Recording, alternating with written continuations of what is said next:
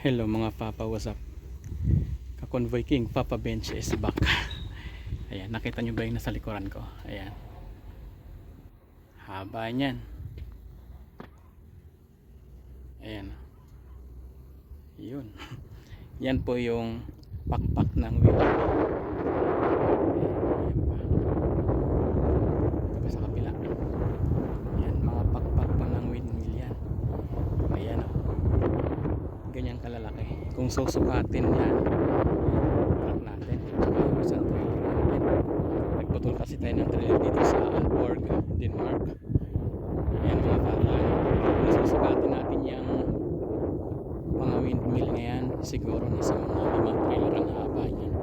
Kung titingnan natin, pag umiikot siya, pag nakatayo na siya, pag titingnan natin para napakaiksi lang, pero napakahaba niya pala talaga, napakalaki. So how much more yung kanyang pagkawan pa kaya? Siguro ganun kalaki. Nandito po kasi sa Denmark yung pinakamalaki yung pagkawan. Ayan, papakita ko sa inyo lahat kung gaano siya kalaki, kung gaano kalawak yung paggawaan. So let's go mga papataralits. Ayan yung kabilat kanan na yan, puro yan paggawaan ng windmill. Yung mga pakpak yan, ayan, primer pa lang yung mga pintura, yung ginagawa. Yung mga katawan, siguro yung mga dinamo nyan, dyan yung ginagawa sa loob. Napakalawak ng paggawaan ng windmill.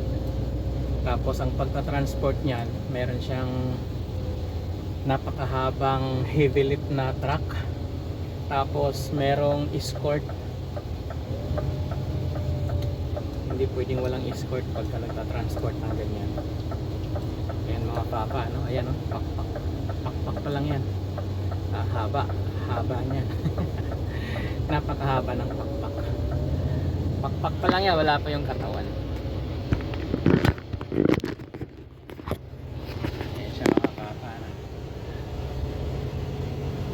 Yan ang dulo. Yung may kulay pula na yan, yan yung dulo. Yan ang dulo. Ayun, napakalawak ng paggawaan. Ayun, lawak yan.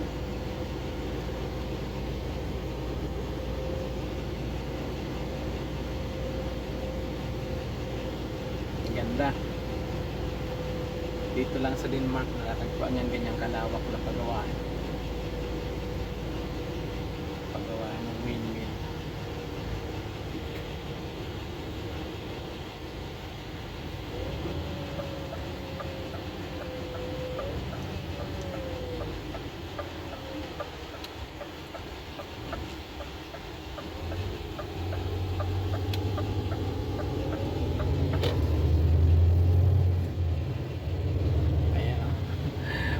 Ang haba ng mga pakpak ng windmill. Yung katawan niyan ina-assemble pa rin yan doon sa loob.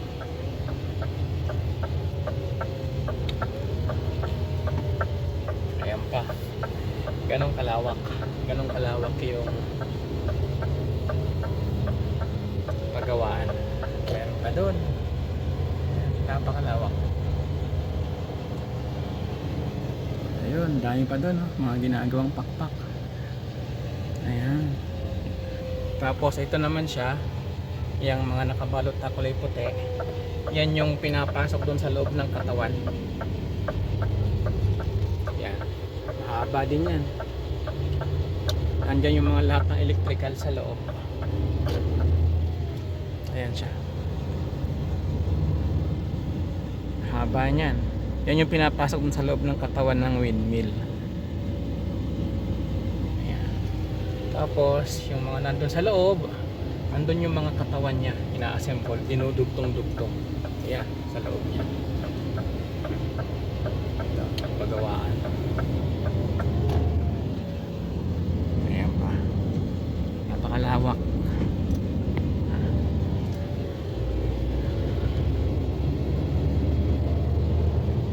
Dito lang yan sa Aalborg, Aalborg kung tawagin nila, pero kung babasahin, Aalborg, Denmark. Ayan.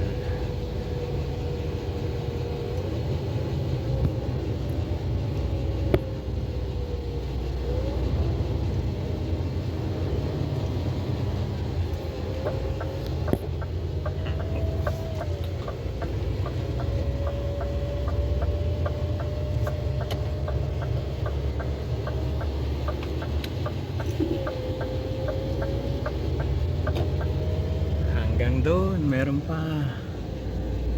Grabe lawak ng paggawaan nila rito. Napakalawak. So yun lang mga papa. Pinakita ko lang sa inyo. Ingat, ingat, ingat. God bless.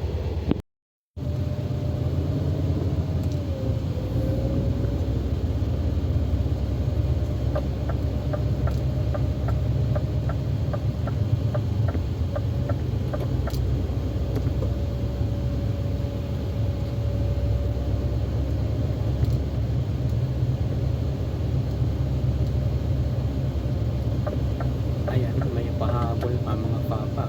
Yung nakabalagbag na kulay puti na yun. Pahabol tayo, pahabol. Yung kulay puti na yun na nakabalagbag, oh. Sa taas, nakahang. Ayun, yun, yun. Ayan. Nakabalagbag na kulay puti. Ano pala yun? Ayan, sa kaliwa. Windmill din yun. Pakpak din ang windmill yun. Ayan, iaangat ng crane. Siguro ilalagay na yan dito sa lagayan. Ayan, dami. Pahabol tayo. May pahabol pa. Laki. Laki ng pek-pek. Pakpak.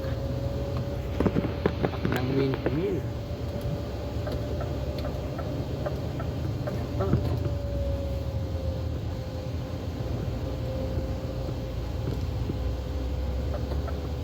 Lalaki niyan.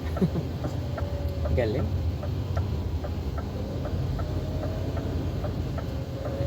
Siguro yung windmill sa Ilocos, malamang dito galing. Malamang. Ayun pa. Samantakan yung bus, wala pang 1/4 doon sa laki ng, doon sa haba ng windmill na yan. Ayan doon, dami.